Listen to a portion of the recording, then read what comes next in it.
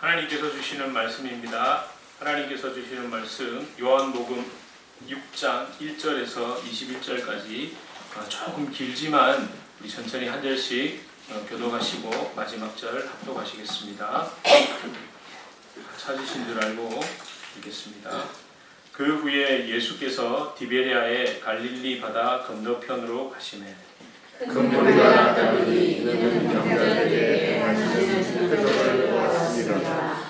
예수께서 산에 오르사 제자들과 함께 거기 앉으시니 마치 유대인의 명절인 유월절이 가까운지라. 예수께서 눈을 들어 큰 무리가 자기에게로 오는 것을 보시고 빌립에게 이르시되 우리가 어디서 떡을 사서 이 사람들을 먹이겠느냐 하시니 이렇게 말씀하심은 신이 어떻게 하실 줄을 아시고 빌립을 시험하고자 하심이라.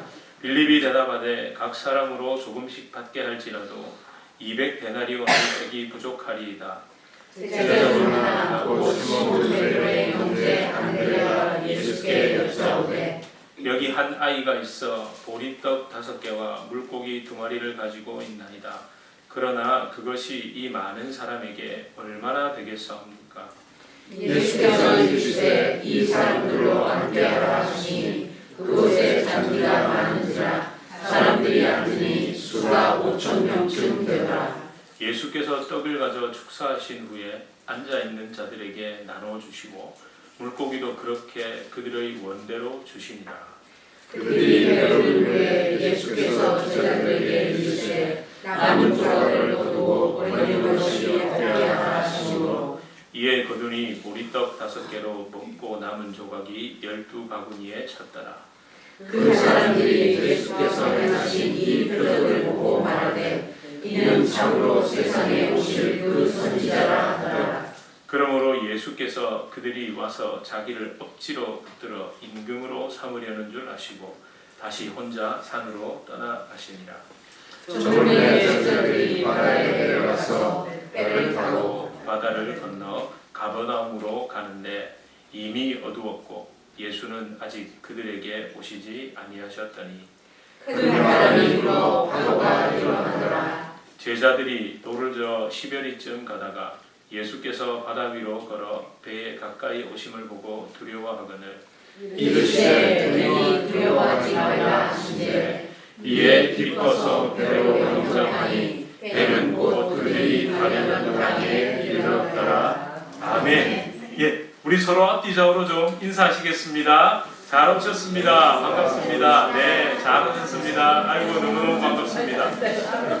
네. 예, 손도 흔들어 주시니까 너무 좋네요. 예, 뒤에 계신 분들하고 아까 우리 장로님께서 광고하셨지만 요 안에 2장 중에 한 장은 집에 두고 오시고 한 장은 여기 다시 넣어서 주세요. 제가 깍탈스럽잖아요. 구겨지는 꼴을 못 보거든요. 그래서 이렇게 어제 가가지고 이 봉투를 직접 구입해서 그대로 예쁘게 갖다 주시면 제가 이렇게 교적부를 정리하고 이렇게 다 꽂아 두려고요. 예, 파일도 샀습니다. 아시겠죠? 집에 이걸 들고 오시면 안 됩니다. 다음 주에 잘 이렇게 기록하셔서 갖다 주시고 성격이 좀 급하시다 이런 분들은 오늘 기록하셔서 주고 가셔도 됩니다. 네, 감사합니다. 설교를 시작하기에 앞서서 제가 재미있는 사파 하나를 보겠습니다. 한번 보실래요? 어떻습니까? 멍멍멍. 우리 귀여운 강아지가 뭘 보고 짖고 있을까요? 손가락입니까? 달입니까? 달. 좀 똑똑한 강아지. 근데 대부분 그 강아지는 손 보고 아마 짖을 것 같아요. 근데 사실 이 사자성어가 있습니다. 견, 지, 망, 월. 손가락 보느라 달을 잊어버린다는 거예요. 사실은 이게 불교 격언이랍니다. 근데 이런 경우가 정말 많죠. 글을 읽거나 대화를 할 때 화자, 그러니까 말하는 사람, 글 쓴 사람이 뭘 말하려는지 그건 싹 지워버립니다. 달은 지워버리고 상대방 손가락만 보는 그런 경우가 정말 흔하죠. 그렇게 해서 자기 생각대로 해석합니다. 자기가 읽고 싶은 대로 읽고 듣고 싶은 대로 들은 뒤에 그냥 알아서 해석하는 경우가 허다합니다. 성경도 예외가 아닙니다.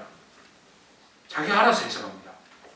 성경의 수많은 기록들, 특별히 기적과 이적이라고 말할 수 있는 사건을 비롯해서 흔히 말하는 축복, 하나님의 은혜 안에서 잘된 사람들의 이야기, 그 주인공은 언제나 누굽니까? 나예요. 근데 반대로 하나님의 저주로 인해 그 못됐다고 잘 풀리지 않았고 이렇게 된 사람들, 그런 사람들은 다 누굽니까? 저 사람이에요. 그죠? 아니 그렇게 자기 유리한 대로 해석한다니까요. 또 때로는 제가 설교를 하면요, 설교의 내용보다 제가 왜 지독하게 성경을 붙잡고 설교하는 줄 아세요? 그렇게 안 하다가 저 돌맞거든요. 성경대로 얘기 안 해보세요. 성경대로 얘기해도 딴소리 하는데, 엉뚱한 소리 하는데, 성경 아닌 이야기를 했다가 어디 누구가 책을 읽은 것부터 시작해서 그런 얘기 제가 잘못했다가 제가 어떻게 되려고요? 여러분 때로는요, 어떤 분은 설교를 실컷 했는데 예화만 기억하고 계시는 거예요. 아까 이 사진 멍멍이 기억하고 가시면 안 돼요. 네, 진짜 견지망월 되는 겁니다. 여러분 지금 우리가 살펴보고 있는 요한복음도 마찬가지입니다. 요한복음 하면 몇 개의 표적이 나온다고 혹시 기억하십니까? 7개. 그게 뭐죠? 요한복음 2장에 가나 혼인잔치죠. 물을 포도주로. 그리고 4장에 뭐가 나오죠? 왕의 신하의 아들을 고치셨죠? 살리셨습니다. 그리고 5장에 뭐가 나오죠? 베데스다 연못에 38년 된 병자가 다 치유되죠? 그리고 또 뭐가 있습니까? 오늘 본문 6장에 여기는 2개나 있습니다. 오병이어와 무리를 걸으신 사건. 그리고 9장에는요, 날 때부터 소경된 자의 눈을 뜨게 하십니다. 그리고 11장에 이걸 모를 수가 없습니다. 누가 살아납니까? 죽은 나사로가 그냥 살아나면 됩니까? 안 됩니까? 벌떡 일어나야 됩니다. 벌떡 일어났습니다. 근데 여러분, 이게 표적입니다. 사인이라고요. 뭐요? 손가락이죠. 뭘 가리키는? 나를 가리키는, 예수님을 가리키는. 근데 우리는 다들 알아서 해석을 합니다. 그러면 오늘 6장에 한번 집중해 보세요. 여러분 오늘 6장에는 정말 독특하게 이 표적이 몇 개나요? 2개나 기록되어 있습니다. 뭐와? 오병이어 사건과 물 위를 걸으신 사건. 오병이어 사건은 사복음서 모두에 공통적으로 기록된 유일한 표적입니다. 그럼 왜 사복음서 모두에 기록했을까요? 중요하니까요. 중요하니까. 이 요한복음 6장에 기록된 오병이어와 물 위를 걸으신 이 표적을 보면서 절대 손가락을 보시면 안 됩니다. 달을 보셔야 됩니다. 근데 많은 사람들이 손가락을 보고 자꾸 해석을 해요. 크게 3가지 정도 엉뚱한 좀 해석이 있는데요. 엉뚱하다고 표현하긴 그렇고, 관역 주변부, 관역 1점도 아니고 아예 점수 안 나오는 데다가 다 맞춘 해석들이 있거든요. 크게 3가지 정도입니다. 첫 번째가 뭘까요? 신비주의, 기적 그 자체에 포점을 둬가지고 예수님이 물 위를 걸으셨듯이 예수님이 우리와 함께 하시면 불가능은 있다 없다? 없다! 아멘! 할렐루야! 베드로처럼 믿음을 잃어버리면 됩니까? 안 됩니까? 그럼 물에 빠지잖아요. 마태복음 14장에는 이 물 위를 걸으셨을 때 베드로가 빠진 것까지 기록되어 있거든요. 그래서 여러분 기적을 체험할 수 있는 거예요. 믿음을 가지십시오. 용기를 가지십시오. 자, 그리고 그러면 2번째는 뭘까요? 풍요로움, 5,000명이나 먹이셨다는 것에 초점을 맞춰서 기복주의적으로 해석하죠. 보리떡 5개와 물고기 2마리, 거기에 누가 하나님이 축복을 하시면 차고 넘치는 축복을 받는다 안 받는다? 받는다. 아니 여러분 제 말에 이렇게 걸려 넘어지시면 안 된다니까요. 받는다 안 받는다? 받는다. 저도 받고 싶습니다. 네, 받고 싶어요. 그래서 제가 복을 이렇게 받은 거 보고 제가 만약에 우리 교회가 지금 있잖아요. 이 지역에서 한 몇백 명 딱 되는 순간 어떻게 되겠습니까? 저는 그걸 보면서 사람들은 저는 부흥을 이끈 능력의 종, 불의 종, 사자종 되는 거 아닙니까? 그렇잖아요. 그 정도 돼야 하나님이 저를 축복하시고 쓰신다라고 증명이 되는 거 아니겠습니까? 근데 그것도 살짝. 그리고 세 번째 또 크게 착각하는 해석이 뭐가 있을까요? 윤리 중심의, 도덕 중심의 해석도 있습니다. 한 아이가 뭘 했습니까 지금? 자기 도시락 내놨잖아요. 보리떡 5개, 물고기 2마리. 그러니까 이 아이의 모범적인 희생적인 헌신을 강조합니다. 이 파급 효과죠. 그 자리에 있었던 5,000명은 다 먹을 게 있었을까요? 없었을까요? 아니 애도 도시락 싸가지고 왔는데 어른들이 도시락 없었겠냐는 거예요. 있었다는 거예요. 그래서 다들 이거 내가 내놓지 말고 딴 사람 내놓으면 그거 먹어야지 하고 있다가 애가 내놓는 걸 보고 감동을 해가지고 다 내놨다는 거예요. 그랬더니 12공조리가 찾더라. 어떠세요? 그럴듯합니까? 그렇지 않습니까? 예수님을 믿으면 이렇게 사람이 변화됩니까? 안 됩니까? 됩니다. 되잖아요. 꽁꽁 쥐고 있던 거 감동받으면 내놓잖아요. 이렇게 설교하기도 합니다. 근데 여러분, 이게 전부입니까? 이게 진짜 핵심일까요? 아닙니다. 제가 사실 오늘은 우리 뒤에 ELB 수련회를 가가지고 이런 날이 있는 거예요. 6장을 설교해야 되는데 6장이 무려 몇 절까지 있습니까? 71절까지 있잖아요. 길게 해도 돼. 길게 해도 역시 센스가 있으시군요. 조금 길게 해도 되겠죠? 잠깐만. 네. 왜냐하면 날이고 날마다 오는 기회가 아니에요. 여러분, 오늘은 거의 3번, 적어도 3번을 해야 될 설교를 한 번에 때려 엎쳤기 때문에 여러분 조금 뒤를 세우시고 들으셔야 됩니다. 그래서 여러분 주보에 보니까 뭐가 있죠? 표가 하나 있습니까? 없습니까? 있습니다. 제가 그냥 개떡같이 보내면 저렇게 찰떡같이 만들어 주셔가지고 여러분 이 표를 한번 보세요. 제가 6장을 이해하는데 똑바로 보는데 6장을 똑바로 보는데 도움이 되는 표를 만들어 봤습니다. 여러분 보세요. 오병이어 사건과 무리를 걸으심과 다시 오병이어 사건이 나오는 거예요. 이게 뭘 의미할까요? 여러분 여기 보시면 첫 번째 오병이어는 일종의 다큐멘터리입니다.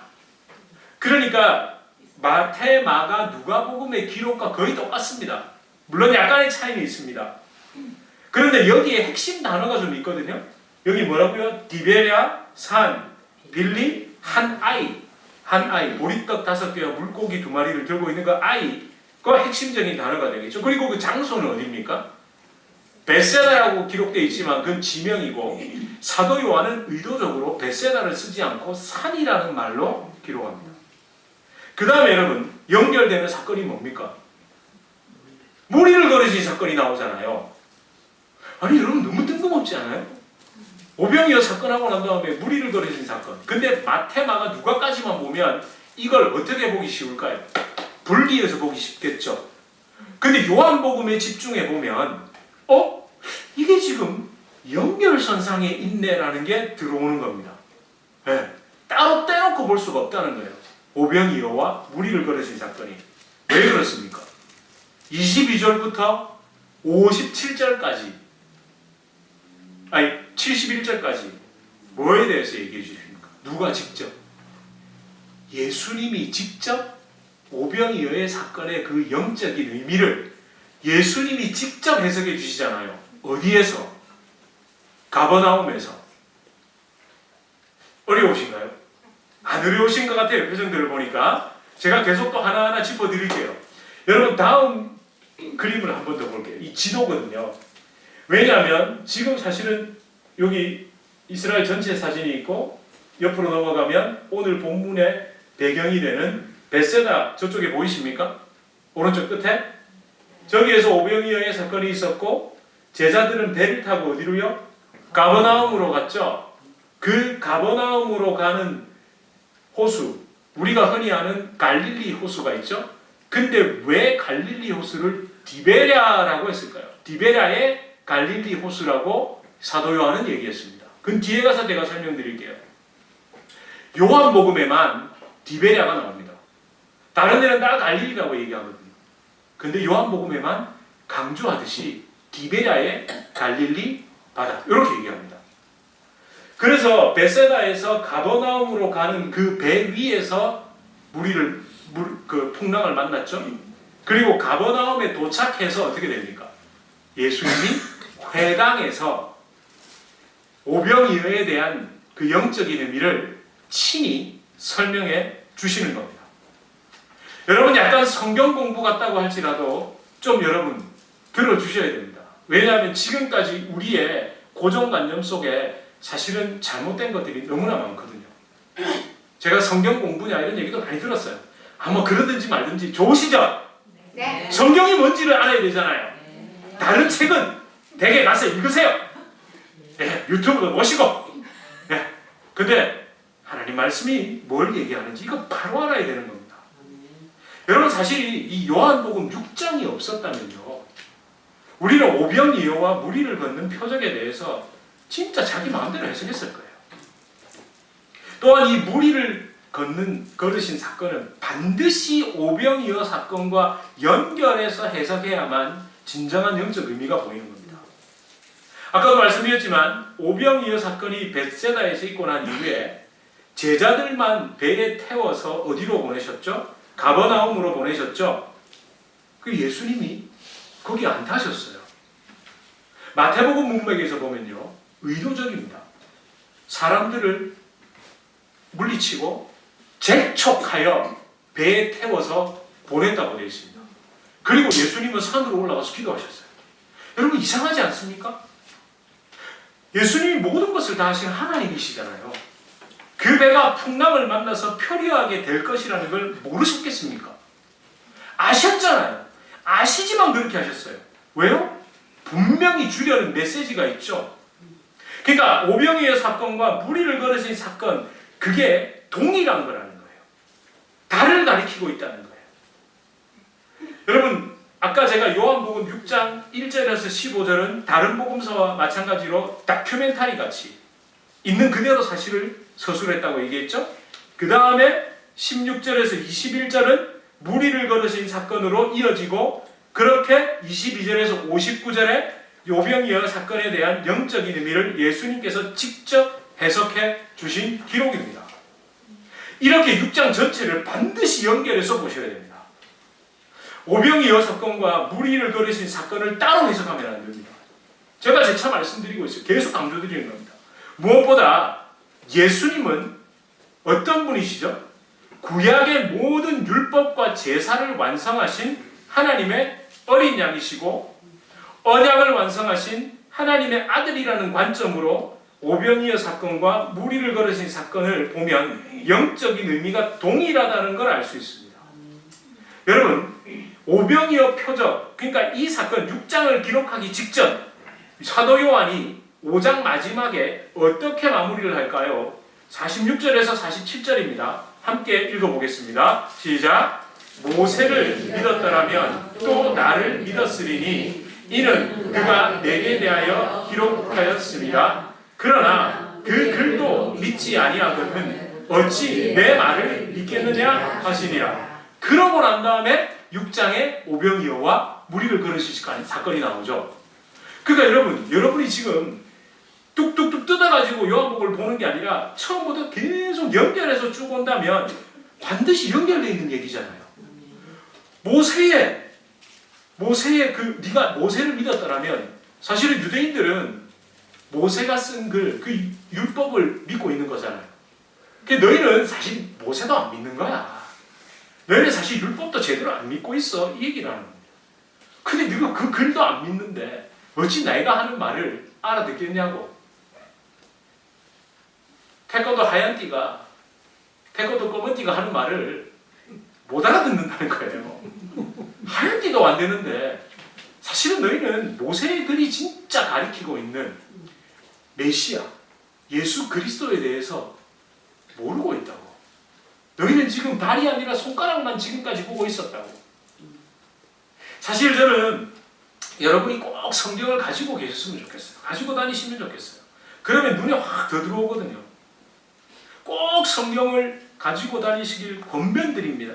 아니 저는 명령을 하고 싶은데 명령까지 할 수는 없고 꼭 성경을 읽으십시오.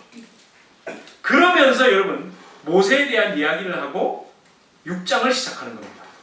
그러면서 6장 처음에 갈릴리 바다를 의도적으로 디베랴의 갈릴리 바다라고 얘기합니다.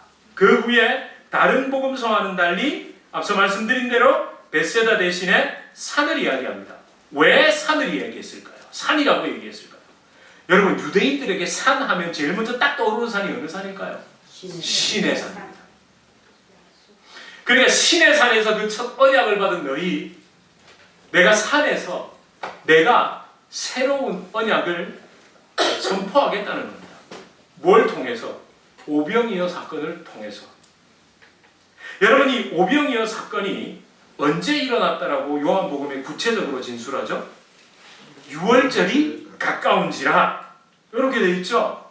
그러니까 6월절을 지키러 예루살렘으로 향하던 그 갈릴리 주변 사람들에게 산에서 떡의 진짜 영적인 의미를 알려주시는 거예요. 분명하죠. 여러분 6월절을 지킨 다음에 뭐가 있죠? 무교절이 붙어 있습니다. 누룩 없는 빵을 먹으면서 뭘 기념합니까? 40년 광야 생활요. 그 무교절을 지키러 6월절을 지키러 가는 유대인들에게 이걸 확실하게 보여주시는 거죠. 누가? 내가 나 예수가 진정한 만나고 무교병이고 생명의 떡이라는 것을 이 사건을 통해 보여주셨기 때문에 모세와 계속 연결을 합니다. 그리고 난 다음에 또 6장 7절에 보시면 누구 이야기가 나오죠? 빌립과 대화가 나오죠. 빌립. 여러분 빌립이 무슨 얘기를 합니까? 분명히 시험하사라고 되어 있는데 그 시험은 걸려 넘어지는 시험이 아니라 그걸 통해서 빌립이 깨닫게 되고 저와 여러분이 깨닫게 되는 걸 의도하신 거예요. 여러분 뜬금없이 예수님이 거기다가 물어보잖아요. 얼마나 있어야 이거 먹이겠냐고 하니까 200데나리온어치 빵을 사도 이 5,000명 이 많은 사람 못 먹입니다 라고 얘기하죠. 노동자 6개월치 임금이 있어도 다 못 먹인대요. 이게 무엇을 의미할까요? 율법의 한계입니다. 아니 율법이 나쁜 게 아니라 율법을 지킬 수 없는 인간의 한계라는 거예요. 그 어떤 것으로도 영혼의 생명을 배부르게 할 수 없다는 거예요. 율법으로는 죄를 깨달을 뿐 율법을 지킬 능력도 의지도 없는 인간의 그런 어떠함으로는 구원받을 수 없다는 것을 빌립의 이야기를 통해서 말씀하고 계시는 겁니다. 우리 이런 얘기 많이 들으셨죠? 빌립이 계산에 밝아가지고 그 사이에 탁 주판을 두드려가지고 탁 했는데 네, 재밌는 이야기입니다만 그 속에 들어있는 이야기는 그걸로는 안 된다는 거예요. 율법의 한계. 그 율법을 지킬 수 없는 인간의 한계에 대해서 얘기하는 겁니다.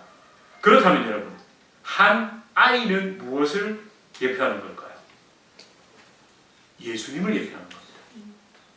사람들이 무시하는 아이, 그 보잘것없는 아이의 손에 들린 보리떡 5개와 물고기 2마리. 그러니까 너희가 그토록 무시하는 나사렛 목수 요셉의 아들 그 예수가 진정한 하늘의 만나이며 하늘의 메추라기, 하늘에서 내리는 그 메추라기라는 것을 예표하고 가리키고 있는 겁니다. 5,000명의 배부름은 온전하고 완전한 구원을 예표하는 겁니다. 자, 그럼 제가 15절까지 정리가 끝났죠? 그러면 여러분 무리를 거르신 사건은 뭘까요? 뭘 보여주고 싶으셨을까요? 큰 바람과 파도, 가까이 오심, 기쁨으로 영접함이라고 제가 기록해뒀죠? 그게 핵심입니다. 큰 바람과 파도는 대자연의 위대함이 아니라 인간이 넘을 수 없는 죄와 죽음의 저주를 이야기하는 겁니다. 동시에 넘을 수 없는 율법의 벽, 그 한계, 그 앞에 그 제자들이 있는 거예요. 근데 그때 누가 찾아오신 겁니까? 누가 가까이 오셨다고 얘기합니까? 예수님이 가까이 오셨대요. 율법을 온전하고 완전하게 지키신 예수님, 너희는 지킬 수 없으나 지킨 내가, 십자가에서 모든 죄와 저주, 그 사망 권세를 끊으신 예수님, 사탄의 권세를 무너뜨리신 예수님이 찾아오셨다는 거예요. 그 한계를 뚫고 그렇게 풍랑 만나서 죽을 운명에 있던 제자들, 아니 저와 여러분이 기쁨으로 그분을 영접한 것, 기쁨으로 영접하니 그 다음에 어떻게 되어 있습니까? 가버나움으로 갔다라고 기록하지 않고 그들이 가려던 땅으로 인도하였다. 여러분, 유대인들에게 진짜 가려는 땅은요, 약속의 땅입니다. 하나님의 나라입니다. 그 예수가 그들을 인도했다는 거예요. 자, 그러면 이제 남은 게 뭡니까? 세 개 동그라미 중에 지금 주보에 있으시죠? 해설판 아닙니까? 와, 저는 이거 볼 때마다 막 진짜 이 해설이 없었으면 어쩔 뻔했을까? 여러분, 영화를 보시면 혹시 감독 확장판, 디렉터스 컷 들어보셨어요? 그러니까 감독들이 제작사하고 싸우잖아요. 왜? 그렇게 길게 감독의 의도대로 영화를 내면 흥행이 됩니까? 안 됩니까? 흥행이 안 되거든요. 지루하다고. 그래서 감독들이 양보를 막 합니다. 그래서 흥행이 되고 난 다음에는 그 거장인 감독일수록 반드시 감독 확장판을 냅니다. 사실 내가 진짜 강조하고 내가 진짜 이야기하려고 했던 것은 이거다 하고 막 한 3시간짜리 막 내요. 네. 뒤에 오병이어 처음 기록보다 15절 기록보다 뒤에 기록이 거의 4배 정도 많습니다. 예수님은 이 이야기를 하시기 위해서 베세다에서 5,000명 먹이신 거야를 요한이 그대로 다 기록해 놓은 겁니다. 진짜 이거 없었으면요, 자기 마음대로 신비주의, 기복주의, 도덕윤리로 해석하는 그거에 대해서 반박할 말이 없었잖아요. 저는 예수님이 반박해 주셔서 얼마나 감사한지 몰라요. 이렇게 떡하니 기록되어 있으니 얼마나 다행입니까? 근데 솔직히 말하면요, 이렇게 떡하니 기록되어 있어도 자기 마음대로 해석하고 자기 알아서 해석하니 속상할 노릇 아닙니까? 제가 조금 외람된 말씀이지만 진짜 신비주의, 기복주의, 윤리 이런 데 초점 맞춘 분들은 적어도 요한복음 6장은 안 읽어본 것 같아요. 성경을 안 읽어보고 설교를 하는 것 같아요. 그래서 저는 또다시 한번 당부드립니다. 뭘 당부드릴까요? 성경을 읽으세요. 제발 목사 설교만 듣지 마시고, 아까 제가 뭐 유튜브 보셔야 이랬는데 정말 조심해서 가려서 보셔야 됩니다. 예, 진짜 그 사람의 지성을 자극하는 그런 또는 감성을 자극하는 이거 진짜 위험해요. 성경 읽으셔야 됩니다. 성령의 은혜 그 비춰주심을 구하면서 읽으셔야 됩니다. 제가 진짜 소원이 뭔지 아세요? 여러분들 지금 안경 끼고 계신 분 있죠? 저도 이제 이 안경을 껴야 되거든요. 이걸 안 끼면 이게 뭔 말인지를 몰라요. 저는 여러분에게 진짜 정확한 영적인 안경, 예수 그리스도 중심의 영적인 안경을 끼워드려서 성경을 볼 때마다 나를 구원하신 그분이 보이게 해드리고 싶다고요. 네. 저의 유일한 소원. 우리의 소원은 통일이 아니라 우리의 소원은 예수. 아니, 통일이 또 아니다 이거를 오해하시면 안 돼요. 저는 우리 북한 동포들을 사랑하고 저주받을 정권은 진짜 제가 그걸 썼다가 오늘 얘기 안 했는데, 김일성도 오병이어나 무리를 걸으신 사건을 알았을까요? 몰랐을까요? 알았죠. 김일성 외삼촌이 목사인가 아세요? 어머니 이름은 반석입니다. 반석. 할아버지가 장로였대요. 그러니까 엉뚱하게 해석해서 가랑잎 타고 어디를 건넙니까? 모르시는 분이 압록강 건너고 솔방울로 뭐 만듭니까? 수류탄 만들고 이라고 앉아있다고요. 어디서 다 배웠겠어요? 네, 성경. 진짜 여러분, 예수의 눈으로, 예수의 영적인 성령의 눈으로 성경 보지 않으면 말도 안 되는 소리 한다니까요. 사랑하는 성도 여러분, 오늘 이 동그라미 3개를 머릿속에 그리시면서 저는 이런 질문을 한번 드리겠습니다. 여러분 어디에 머무르고 계세요? 요한복음 6장을 통해서 정말 저와 여러분이 어디에 머무르고 있는지 냉정히 살펴보셔야 됩니다. 떡 먹고 배부른 벳세다입니까? 풍랑 만난 디베랴 바다인가요?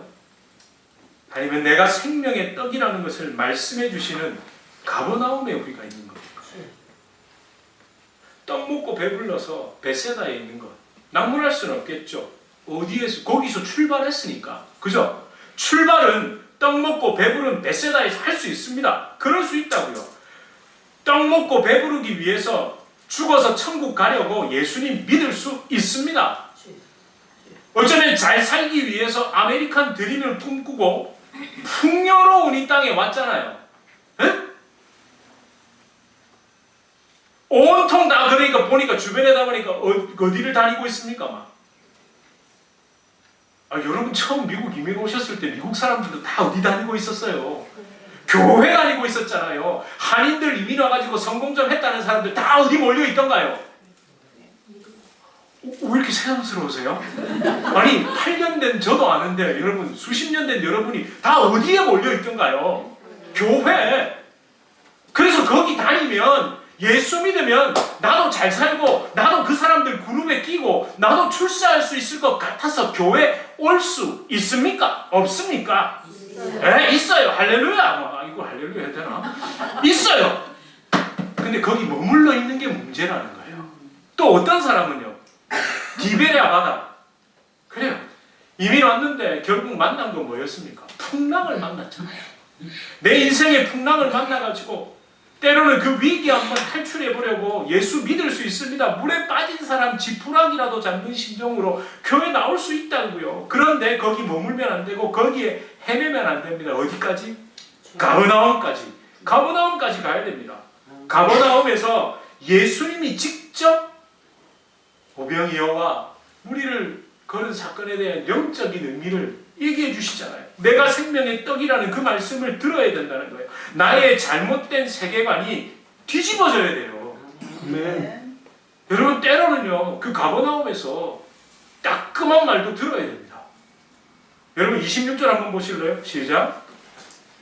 예수 함께 읽겠습니다. 시작. 여기 26절입니다. 시작. 예수께서 내가 진실로 너희에게 이르노니 너희가 나를 찾은 것은 표적을 본 까닭이 아니요 떡을 먹고 배부른 까닭이로다. 아멘. 이 얘기 들으셔야 돼요.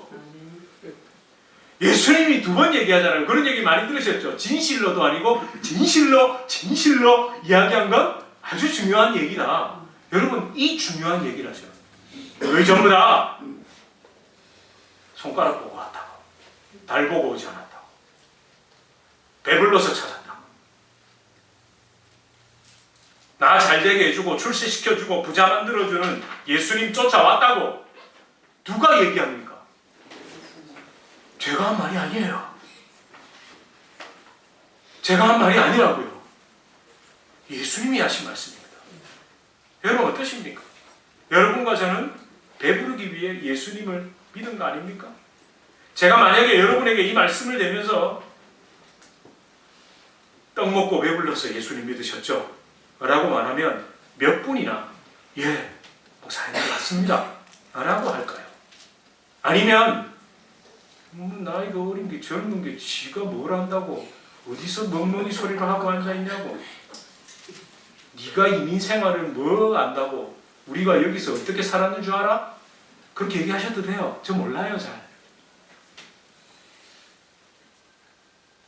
70년대 80년대 저야 뭐 한국에 있었는데 90년대 저 한국에 있었고 저는 대한민국이 선진국에 진입하고 난 다음에 여기 왔기 때문에 여러분이 어떤 고생을 하셨는지 잘 모릅니다. 그저 그냥 저도 친척들이 여기 계셔서 뭐 사 먹을 돈이 없어서 생선가게 가가지고 대구 대가리를 달라 해가지고 먹었다는 둥 뭐 이런 얘기를 가끔은 듣긴 했습니다만 저 잘 몰라요. 근데 여러분 이런 얘기를 들으면 아마 분명 불쾌하실 거예요. 그런데 매일 성경 지금 아마 지금 교재가 있으신 분도 있고 없으신 분도 계실 텐데 매일 성경 금요일 2월 20일 묵상에 이런 글이 있었습니다. 예수님이 이 말씀을 하신 거. 너희가 예수님이 이런 얘기를 쭉 다 하시고는 이렇게 얘기합니다. 제자들 중에 이 말씀은 어렵도다. 누가 들을 수 있느냐? 60절에 읽으신 분 아마 보셨을 겁니다.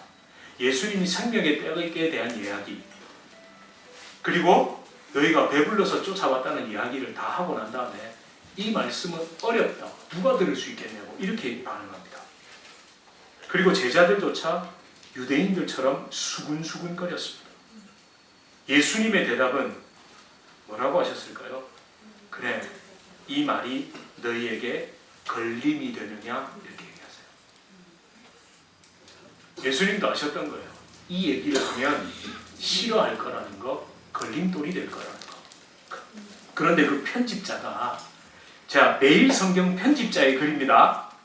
저 그대로 인용할게요. 들어보세요.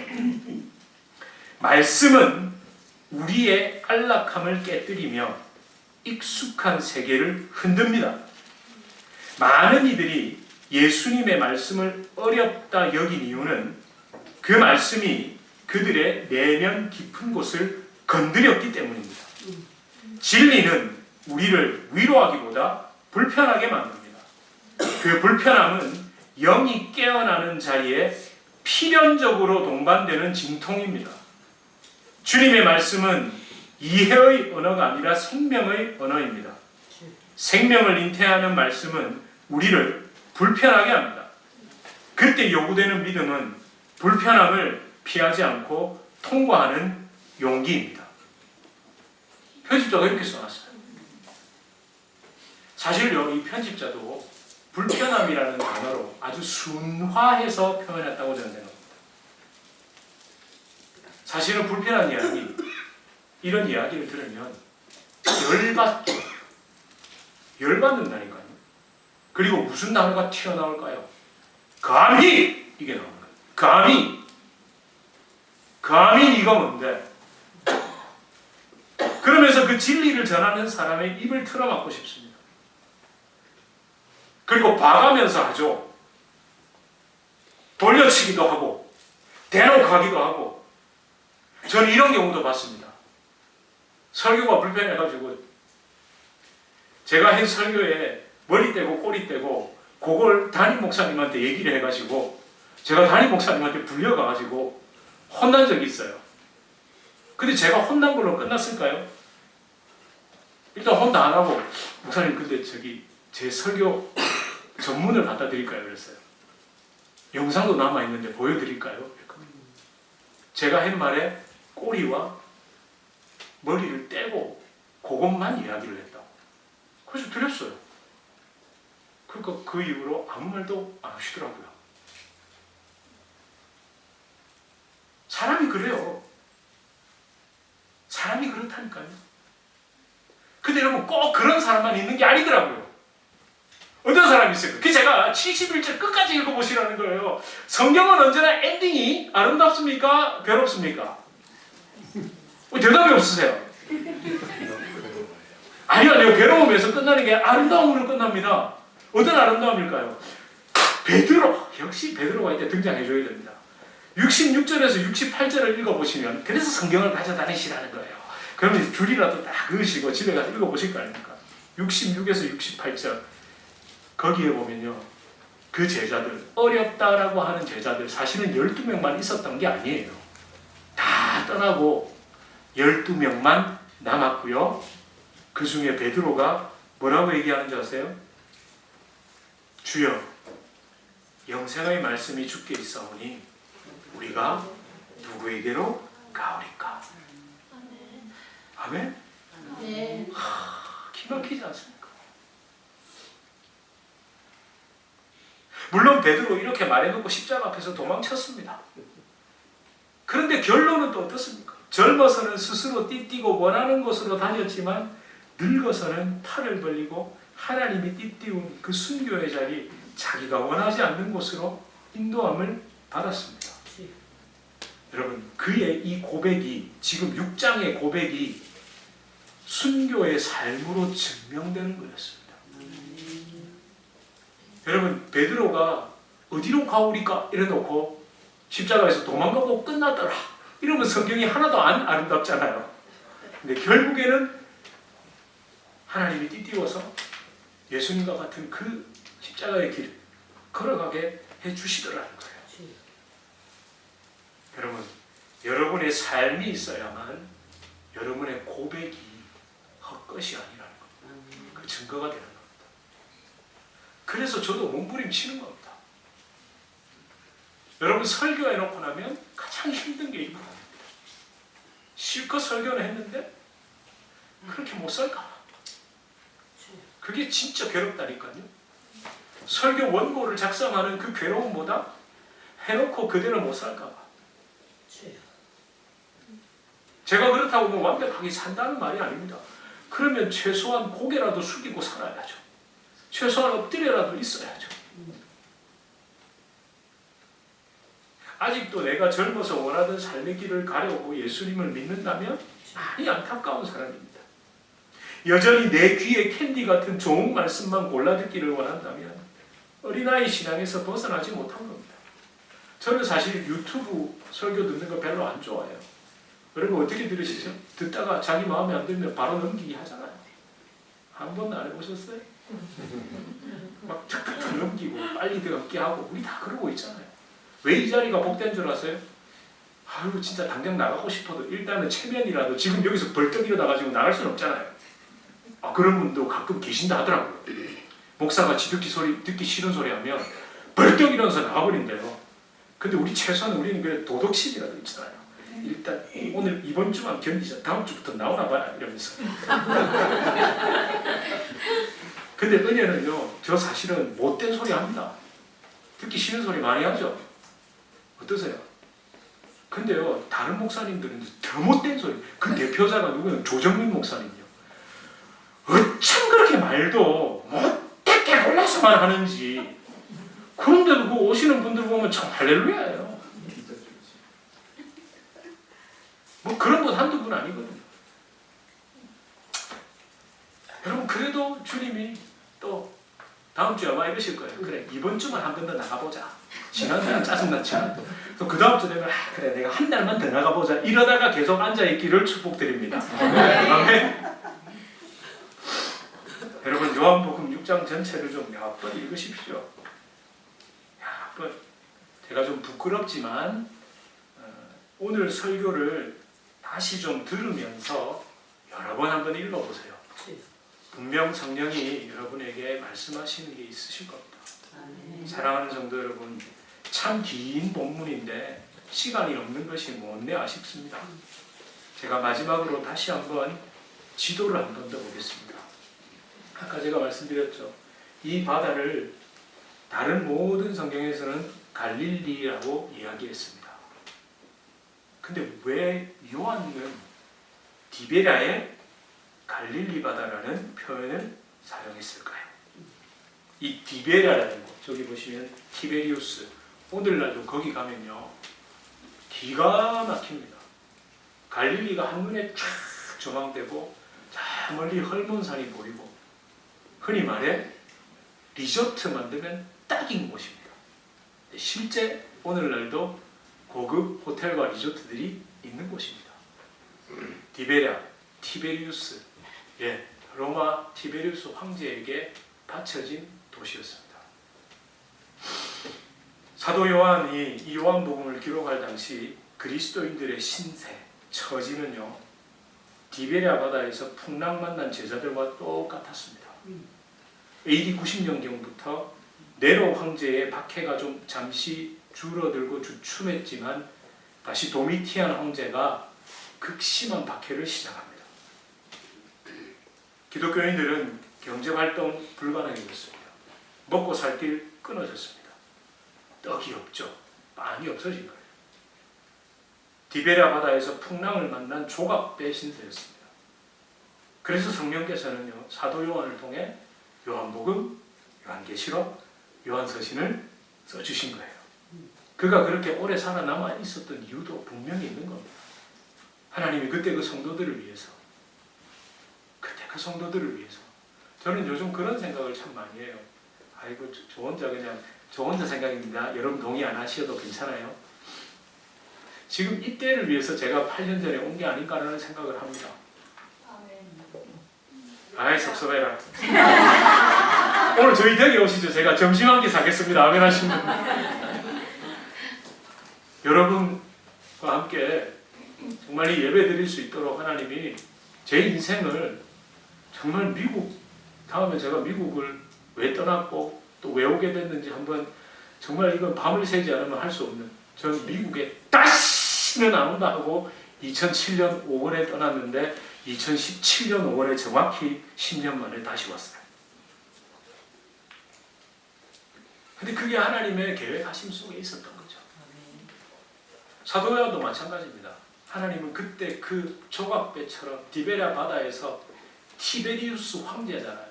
황제가 다스리는 세상에서 풍랑 만난 그 그리스도인들을 위해서 사도 요한을 그때까지 살려두셨던 거예요. 그리고 이 편지를 기록해 주셨던 거예요. 저는 오늘 여러분의 삶 속에 우리 교회가 하나 되고 또 여러분의 삶 속에 정말 하나님의 말씀 예수 그리스도의 십자가 복음이 저 지독하지 어떤 분이 그러더라고요. 딱 예상한대요. 어떻게 접근하든 마지막에는 그리스도로 끝날 거라는 걸 예상하고 계신데요. 할렐루야, 그분 진짜 은혜 있는 분이에요. 그게 지겹다가 아니라 정말 그게 맞거든요. 예수 외에 더 뭘 원하세요? 우리에게 그때 그 말씀 주시는 겁니다. 어쩌면 이런 거겠죠. 그 긴 역사의 흐름 속에 마침내 언약의 완성이신 예수 그리스도가 오셨습니다. 광야에서 이스라엘 백성을 먹였던 만나가 예표하는 그 진정한 생명의 떡이신 예수님이 오셨습니다. 로마 황제가 다스리는 세상 그 디베랴 바다에서 풍랑 만나 표류하는 우리에게 예수님이 찾아오셨습니다. 그분을 기쁨으로 영접해야 합니다. 놓치지 말아야 합니다. 힘을 내세요. 힘을 내세요. 예수님께서 반드시 우리를 영원한 하나님의 나라로 인도하실 겁니다라는 성령의 메시지가 여기 담겨 있는 겁니다. 여러분, 이제 21세기를 살아가는 여러분, 요즘 유튜브 보면 겁나요. AI, 그 이제 기본이죠. 사실 저도 저희 아이들이 어떤 직업을 택해야 할지 잘 모르겠습니다. 이제 경제 시스템 자체가 완전히 바뀌어버린대요.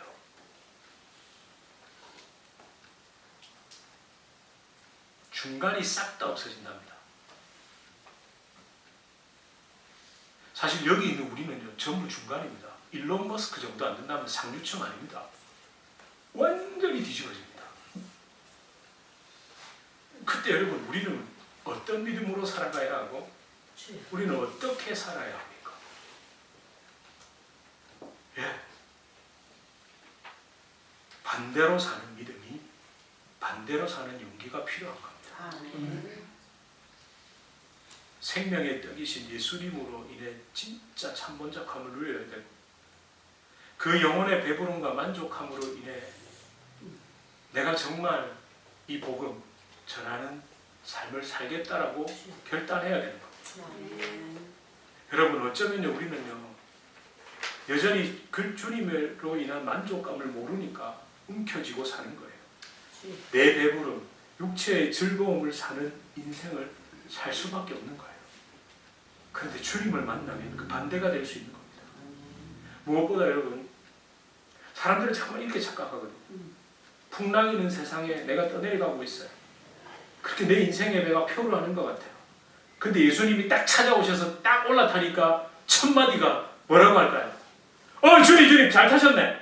저 물 좀 퍼내주세요. 요즘 물 들어온다고. 물 좀 퍼내주세요. 아유, 무슨 배가 좀 찌그러졌는데 요즘 깨졌는데 그거 모질 좀 해가지고 좀 해주세요. 내 배.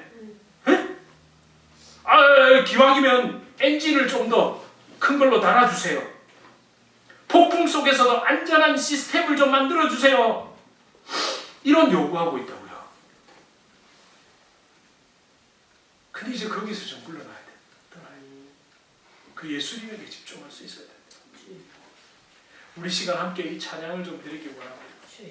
내 평생에 사는 길.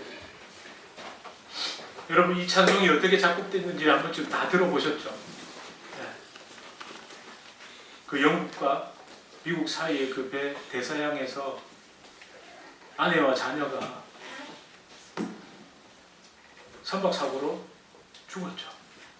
네, 거기에 헌화하러 가던 분이 이 곡을 작곡한 겁니다. 정말 이 풍랑이는 세상, 저는 도저히 예수님 없이는 못 살 것 같습니다. 저에게 억만금이 있어도 사실 저희 친가가 그렇게 조그만 경제 시스템이 바뀌었는데도 하루아침에 알거지가 되는 경험을 했었거든요. 자기 의지와 상관없이. 제가 지금 여러분에게 공포심을 드리려는 게 아니라, 그래서 예수님을 붙잡고 지혜 가운데 오늘을 믿음으로 승리해야 되고, 저는 저희 아이들에게 늘 하는 얘기가 있습니다. 네가 믿음으로 주님 붙잡지 못하면 엄마 아빠는 너희에게 해줄 수 있는 게 한계가 있다고. 그렇잖아요. 언제까지 책임져 줄 겁니까? 주님이 너희를 붙잡고 계신다. 아빠도 믿을 대상이 아니고 그 어떤 것도 믿을 대상이 아니라 오직 주님이 너희의 믿음의 대상이다. 알아듣건 알아듣지 못하건, 그리고 그렇게 이야기하면서 저도 그 믿음의 삶을 살아가는 겁니다. 세상의 풍랑, 내가 만난 큰 풍파를 넘어서 가까이 찾아오신 예수님을 기쁨으로 품읍시다. 생명의 떡이신 예수님으로 인해 진정한 배부름과 평안으로 승리하며 살아가는 저와 여러분 되시길 주님의 이름으로 축복합니다. 우리 함께 찬양하겠습니다.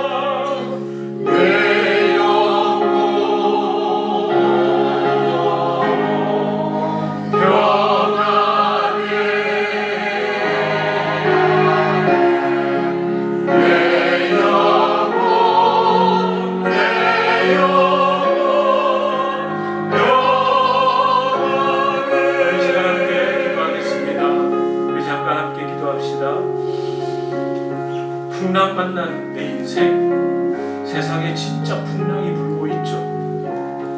그때 주님을 찾으셔야 됩니다. 2000년 전에 그 예수님이 아니라 오늘도 나와 함께 하시는 주님을 찾으셔야 합니다. 여러분 삶에 어떤 풍랑을 만나셨습니까? 두려워하지 마시고 주님을 모시고 주님이 나의 진정한 생명의 떡이심을 고백하고 그분이 나를 반드시 약속한 그 땅 주님의 품으로 인도하신다는 그 믿음을 우리 가지고 그것을 품고 살아갑시다. 그렇게 품게 살아가게 해달라고 우리 시간 함께 기도하시겠습니다.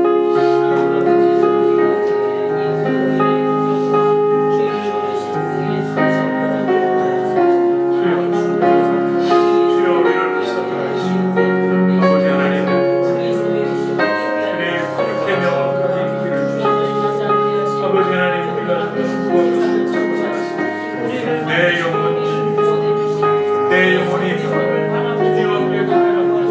하나님 믿음으로 살아갈 수 있도록 하나님 내가 그 고백대로 살아갈 수 있도록 나를 축복하여 주시옵소서. 주님 감사합니다. 사랑하는 주님 아버지 하나님 도와주시옵소서. 내 영혼 평안하라. 내 영혼이 주님 앞에 아버지 하나님 온전히 그를 주시옵소서. 내 영혼을 고백하며 나아가게 하여 주시옵소서. 하나님 참 긴 말씀이었습니다. 정말 71절에까지 이토록 상세하게 기록해 주신 이유, 여전히 그때도 오늘날처럼 예수님에 대해서 알아서 생각들 했나 봅니다. 그러나 그 알아서 생각한 사람들의 생각을 바로잡아 주시기 위해 사도 요한을 통해 이렇게 상세히 기록해 주셔서 감사합니다. 무엇보다 그 2000년 전에 그 로마 황제의 그 디베랴 바다를 다스리던 황제의 풍랑 앞에서 어찌할 바를 몰라 하는 그 성도들을 위로하시니 말씀이 이 지금 대격변기라고 하는 이때 정말 우리에게 동일한 은혜의 말씀을 주시니 감사합니다. 하나님, 우리는 그 어느 때라도 주님 주시는 믿음으로 나에게 가까이 다가오신 예수님으로 인해 승리하게 하여 주시옵소서. 예수님 이름으로 간절히 기도드립니다. 아멘. 우리 주 예수 그리스도의 은혜와 하나님 아버지의 극진하신 사랑과 성령 하나님의 위로의 동교제에 충만케 하시는 역사, 우리를 진정한 생명의 떡이신 주님, 풍랑만난 인생, 그 벽 앞에서 헤매는 인생 가운데 끝까지 찾아오신 예수님을 붙들게 하시는 성령의 놀라운 역사가 우리 주님의 교회 성도님들과 주님의 교회로 불러주실 주의 귀한 자녀들 개인의 삶, 가정, 생업, 직장, 사업 하시는 모든 일 가운데 이제로부터 영원토록 함께 있을지어다. 아멘.